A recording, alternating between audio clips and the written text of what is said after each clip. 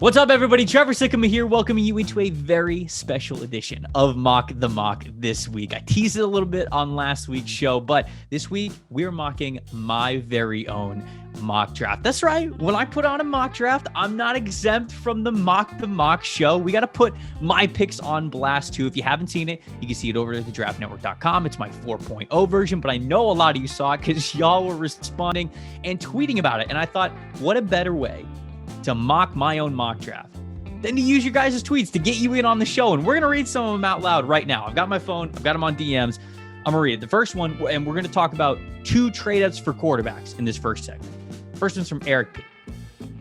He said, unless Dan Snyder calls the pick in from his yacht again, I don't see Washington trading up to 13 for Mac Jones. And then the other one, I want to just get to both tweets and then we can explain them a little bit. Vish said this: if the 49ers draft Trey Lance over Justin Fields, I will be devastated, he says. So let's talk about Mac Jones first. I had the Washington football team trading up to number 13 overall, so they jumped from 19 to 13 to go get Mac Jones. And look, guys, this might be a possibility. And this was kind of a what I think will happen mock draft. I said that at the beginning of the intro, even though nobody reads the intros to mocks. This isn't exactly what I would do with it. But when we see the smoke for Mac Jones, one of the smartest players that we've ever seen, the NFL really likes Mac Jones, I really do think there's a chance that he's a top 15 guy. So if you're a team like Washington, one of those teams that really need a quarterback kind of in the back half of the first round, you got to make a move, because we've talked about this before. You move on from Alex Smith, you get to save a lot of money. And if you do, I mean, you only have Taylor Heineke there. And Heineke was fun in the playoff game, but do you want to go into next season with him as your QB1?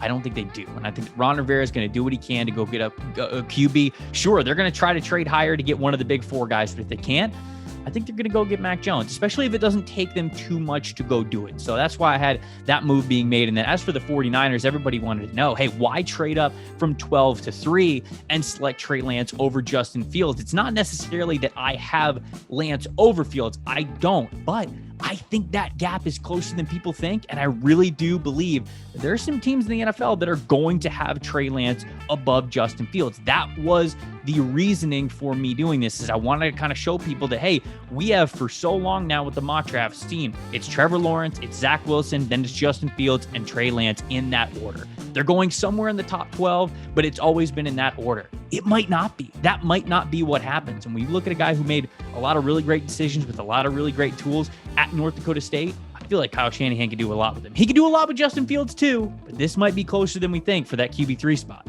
All right, let's head back to the tweets for this next one. It's the Minnesota Vikings, so we're dropping down to number 14 overall.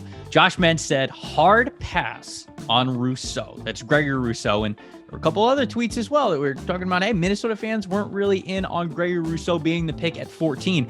This one would go against draft history here, because as long as Rick Spielman's been the GM, they haven't exactly prioritized defensive line in the first round. The last defensive lineman that they drafted with a first-round pick was Sharif Floyd back in 2013, and they haven't drafted an edge rusher high since Danielle Hunter in 2015, and that was in the 3rd round. So this would be a little bit uncharacteristic for the Vikings. So maybe it was the newness factor that caught people off guard, but I know Vikings fans want an edge rusher. Maybe they just didn't want Rousseau, and that's intriguing to me, because where Rousseau is raw, he certainly is, and we talked about that on this show before.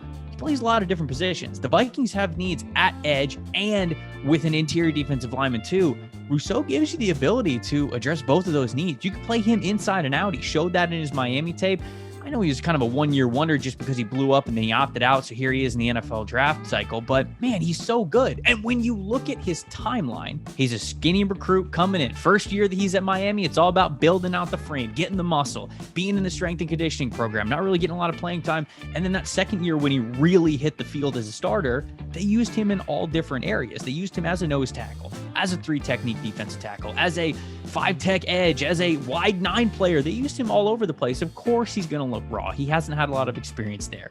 What you do have is a guy with a lot of talent, very high ceiling as an edge rusher, and just versatile defensive lineman overall. So I don't know. I'm definitely not as cautious or opposed to Gregor Rousseau on the Minnesota Vikings as it seemed like some Vikings fans were.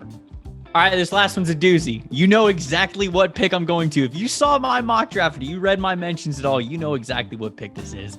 It's the New York Jets selecting Najee Harris at number 16. So not at number 23. Had them trading up to go get Najee Harris. And boy, oh boy, were the results almost unanimously negative. I got a couple of tweets here for this one. This one's from Cito. He said, imagine trading up in the first round to go get a running back. Disappointed in you, Trev. And the other one was from CC Devi. He said, I don't like busting on mocks, but I swear you guys provoke people on purpose. Other various mocks, quote, we're going to ridiculously mock a running back to the Jets at 23. You hold my beer. So yes, of course, we have to talk about this one. And you know what? Admittedly to you guys, perhaps I got a little bit carried away. I have long thought that, especially towards the end of the season there, Najee Harris isn't just going to be available for a team in the second round. People look at last year's class and see a lot of good running backs going in day 2, and they say, hey, you could just sit there and wait for a running back. You definitely can. I mean, Travis Etienne, Javonte Williams, Michael Carter, they're all probably going to be there. I just don't think Najee Harris is. I think he's going a lot sooner than people think, and he's a really, really good player. And so, look, I had the Jets giving up a late day 2 pick, another early day 3 pick to go move up a couple of spots to get their guy in Najee Harris. And a lot of people said, hey, look at all the holes they have on the roster. Not only are you giving up future draft picks, but you're also not selecting a player in the first round with big ceiling value. Okay, the positional value, I definitely get it. I hear you guys out. I'm not pushing back on it too much. This really was, and the reasoning for this pick is because I think Naji is really, really good. And what he brings to a team, he's a full 3-down back. He is a full-time back that you do not have to take off the field. He's fantastic on early down work. He's got great hands in the passing game. He runs very good routes, and you don't have to take him off the field in pass protection. That brings you so much flexibility and versatility to a team. And I look at the Jets running back room and I do not see a player that can do that right now. Of course, they have LaFleur and his time in San Francisco. Yes, he's done a lot with some really good backs who were drafted later, undrafted guys entirely. But it doesn't always work out that cleanly. The Jets need good football players. Najee Harris is a good football player. Maybe I did get a little bit carried away with where I drafted him, but honestly, I do think that Najee Harris is going earlier than a lot of people want to project. And if you want this good football player on your team, you're going to have to do something to go up and get him. Maybe that is not the Jets, but it's going to be somebody else, and they're going to love what they have in Harris. And Devi, appreciate you holding my beer. I can take that one back now. That is all the mocking and reading of mean tweets that my little heart can take at this point. If you guys have not seen the full mock draft, it's over at thedraftnetwork.com. You can check out the picks you liked and also, of course, the picks that you didn't. Comment below. Tell me which ones you liked and which ones you didn't. We'll be back later this week with favorite fits.